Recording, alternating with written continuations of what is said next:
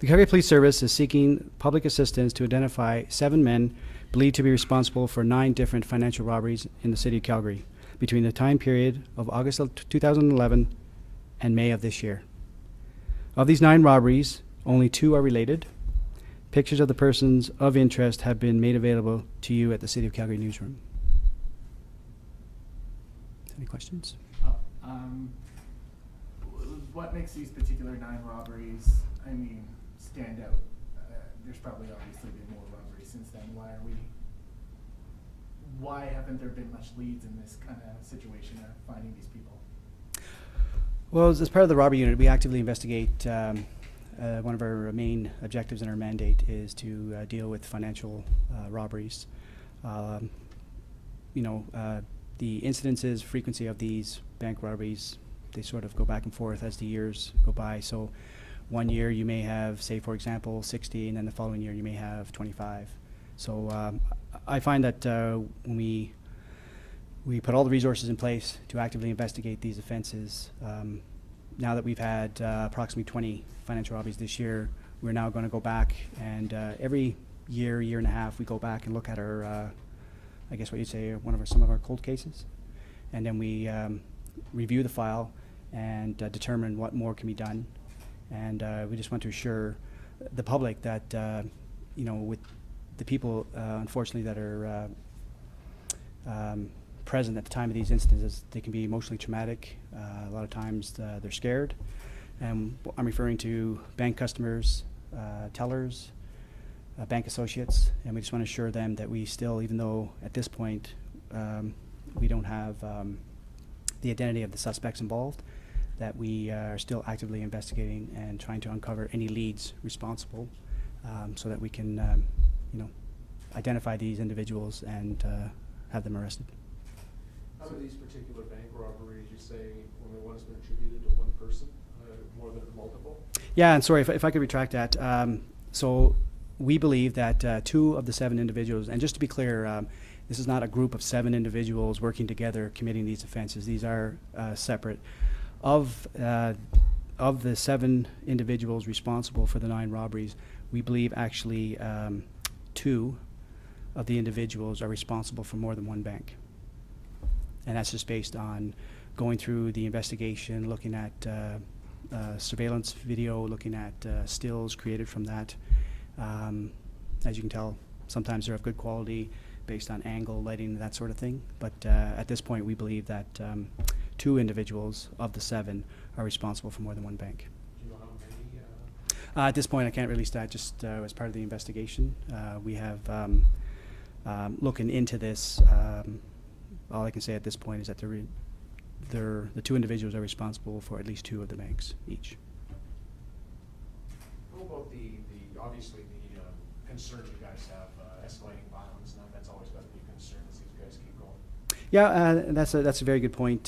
So far this year, like I said, we've had about 20 financial robberies, and our main concern, obviously, a lot of times, if you're looking at the statistics, a lot of these bank robberies can be no passers, but there is a element where a weapon is presented at the time of the robbery, and that can be, a knife, pepper spray, handgun, whether it's real or replica.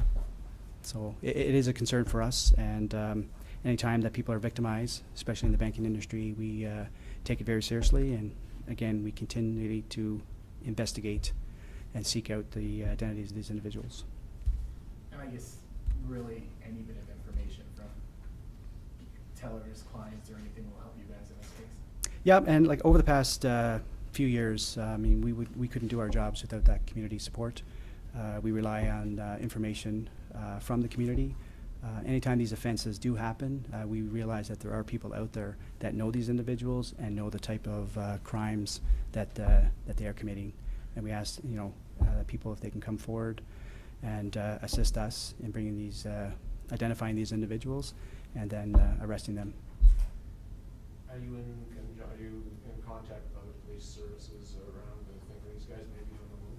Yeah, as part of our protocol, we usually work well with internally within the Calgary Police Service, and then we certainly go to our external partners, whether that be through other police agencies, government agencies, that sort of thing.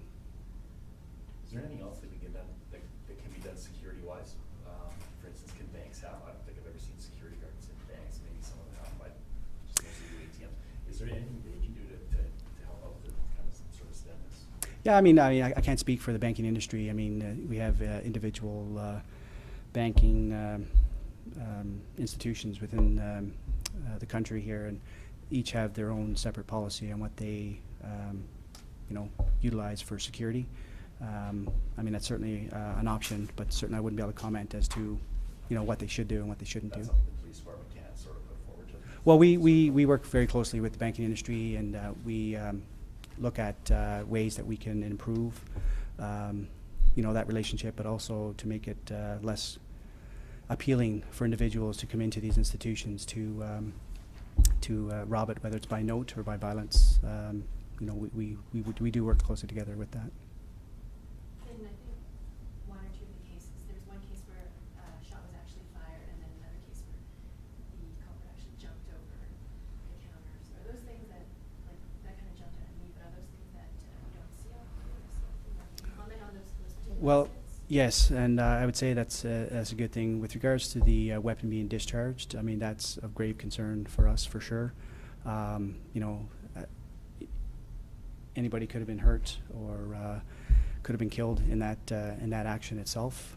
We have people that react differently to, we have very junior bank associates that may react differently than somebody who's been in the industry for 25, 30 years.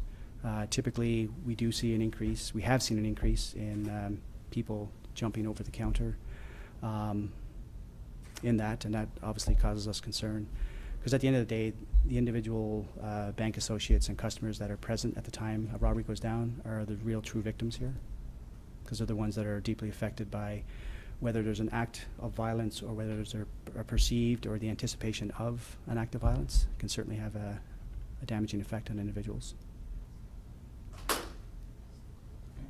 other questions? And I just wanted to clarify, so these are not, it's not like a ring of 7, they're all just That's going correct. back to the last few years. These have been sort of the cold cases. That's correct. And I just want to clarify that, yes, we have, right now we've gone back since August of 2011. We have 9 banks that we're looking at. We believe 7 individuals are responsible, but they're not linked. We believe 2 of the 7 individuals are responsible for more than one bank, but this is not a ringleader type group that's gone out and committed 9 robberies in the last 2 years. And then when you say that there's been 20 so far, some of the ones from this, that you detailed in this release fall into the 20, and some of them. That's correct. That's correct. Okay. Yep. Excuse my thick head here, 2 people are responsible for more than one apiece. Yes. So I can't get into specific numbers, but Tell us which ones, well, one of them is obviously the Richmond Road. yeah. Well, to go through it, I mean, I would have to sit down and go through So case by basically, out of case. these 9 here, 7 guys are responsible. For the 9 that are not related, what I caveat and add to that is that 2 of the individual are believed responsible for 2 or more banks. 2 or more banks. Yep.